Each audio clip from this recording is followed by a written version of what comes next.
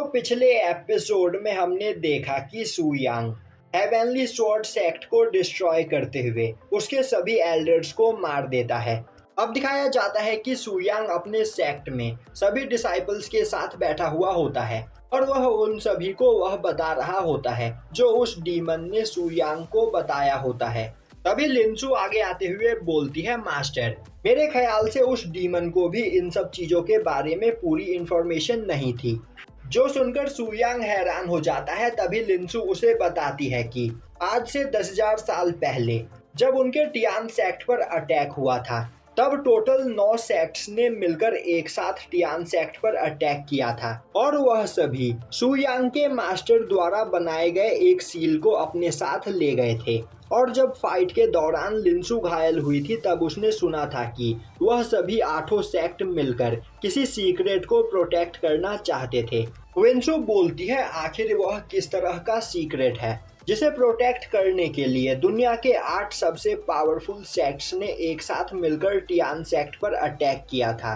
तभी लिनसु बोलती है, एक और अजीब बात है, जब उन सभी लोगों ने हमारे सेक्ट पर अटैक किया था हमें उनके कल्टीवेशन लेवल के बारे में पता नहीं चल रहा था, पर उनकी फाइटिंग स्किल और पावर को देखकर वह यह बता सकती है कि वह सभी लोग टियान सेक्ट के पुराने डिसाइपल्स से काफी ज्यादा पावरफुल थे।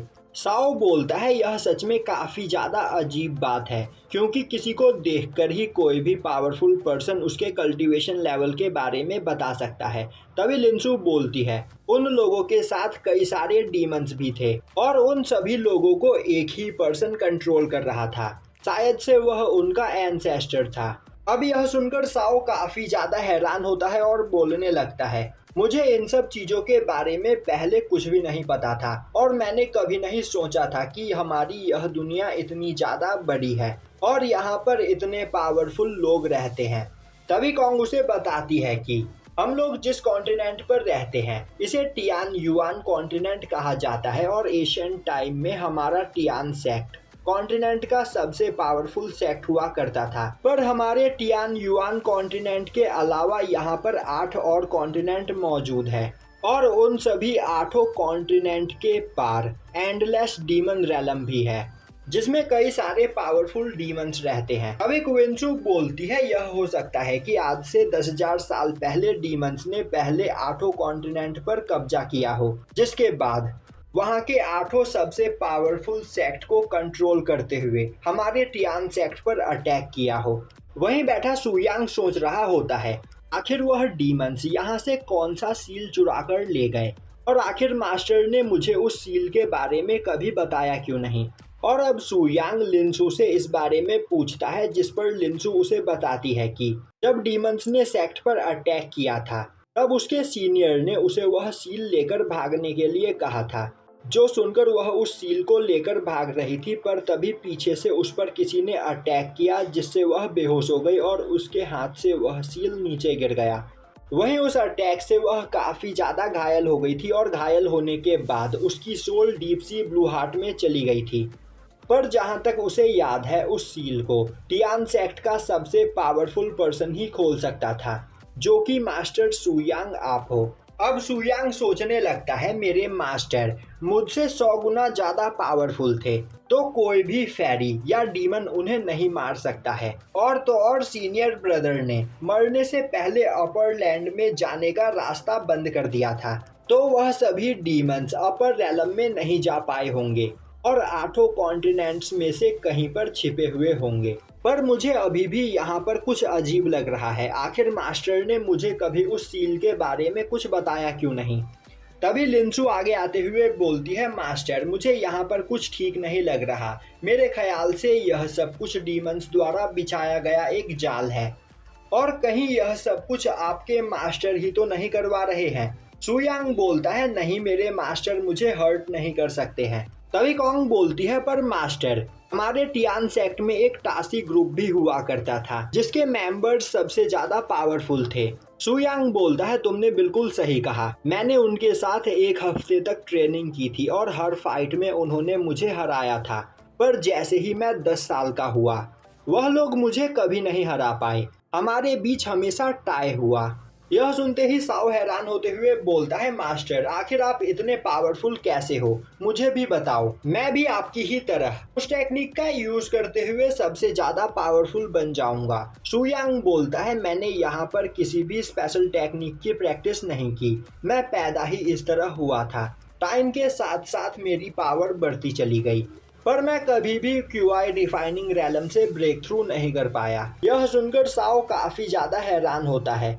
वहीं पर सुयांग सोच रहा होता है, अगर यह सब कुछ मेरे मास्टर कर रहे हैं तो आखिर वह यहाँ पर क्या साबित करना चाहते हैं, और यह सब करके उन्हें मिलेगा क्या, और अगर इन सब के पीछे मास्टर नहीं है तो आखिर वह पर्सन है कौन। जल्द ही इस बारे में पता चल जाएगा, और अब वह अपने सभी डिसाइपल्स को वॉर के लिए तैयार होने को बोलता है, और अब वह लिंसू और लिंग युन को उन 8 सेक्ट के बारे में इन्वेस्टिगेट करने के लिए बोलता है। तभी साओ एक्साइटेड होते हुए बोलता है, मास्टर इन्वेस्टिगेशन करने की कोई जरूरत नहीं, हम अभी उन पर अटैक करके उन 8 सेक्ट को डिस्ट्रॉय कर देंगे। तभी सुयांग बोलता है, तुमसे किसने कहा कि तुम मेरे साथ चल रहे हो, तुम सेक्ट में ही रुकोगे। और अब वह कॉन्ग को अपने साथ चलने के लिए बोलता है, जिसके बाद वह बॉल से बोलता है, बॉल मैं डीमन रैलम में मास्टर द्वारा बनाए गए सील को ढूंढने जा रहा हूँ, तो तुम्हें पता है ना कि तुम्हें यहाँ पर क्या करना है। यह सुनते ही बॉल वहाँ से गायब हो जाता है। तभी साओ आगे आते हुए बोलता है, मास्टर पर मेरा क्या, मैं भी आपके साथ चलना चाहता हूँ। सुयांग बोलता है, तुम पिछले कई दिनों से लगातार पिट रहे हो। यह सुनते ही साओ सुयांग के सामने रिक्वेस्ट करने लगता है और बोलता है, मास्टर मैं धीरे धीरे खुद को इम्प्रूव कर रहा हूँ, और मैं आपसे प्रॉमिस करता हूँ अगली बार मैं कोई भी फाइट नहीं हारूंगा। यह सुनकर सुयांग बोलता है, ठीक है तुम मेरे साथ चल सकते हो, पर अगर तुम किसी भी डीमन से एक भी फाइट हारे तो मैं तुम्हें टियान सेक्ट से बाहर निकाल दूंगा। यह सुनते ही साओ बोलता है, मास्टर आपको परेशान होने की कोई जरूरत नहीं, मैं सभी डीमन को मसल कर रख दूंगा। तभी साओ को मेडिसन विला का वह पर्सन अपने पास बुलाता है। अब साओ उसके पास जाते हुए बोलता है, तुम्हारी हालत खराब है, आखिर अब तक तुमने अपना इलाज क्यों नहीं किया। जो सुनकर क्विनमिंग वहां पर हंसने लगती है। तभी वह पर्सन साओ को कुछ एलिक्सर देते हुए बोलता है, फाइट में इनका यूज जरूर करना, यह बहुत ही खतरनाक एक्सप्लोजिव है। साओ बोलता है, मुझे इसकी कोई जरूरत नहीं, मैं बहुत ही ज्यादा पावरफुल हूँ। तभी क्विनमिंग आगे आते हुए बोलती है, हम नहीं चाहते कि तुम किसी भी डीमन से कोई भी फाइट हारो, क्योंकि अगर तुम एक भी फाइट हारे तो मास्टर तुम्हें सेक्ट से बाहर निकाल देंगे, जो देखकर हमें अच्छा नहीं लगेगा। यह सुनकर साओ उन्हें थैंक्स करता है। तभी कॉन्ग उसे खींचते हुए अपने साथ ले जाने लगती है, और अब सुयांग कॉन्ग और साओ के साथ डीमन रैलम की ओर जाने लगता है। अब हमें डीमन रैलम में एक पर्सन को दिखाया जाता है जो भागते हुए एक जगह पर आकर बोलता है, एम्परर वह लोग बहुत ही ज्यादा पावरफुल है और उन्होंने हमारे कई साथियों को भी मार दिया है।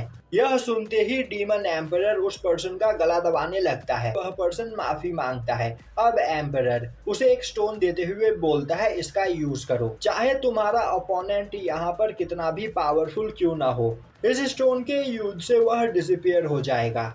यह सुनकर वह पर्सन वहां से चला जाता है और यहीं पर यह एपिसोड खत्म हो जाता है।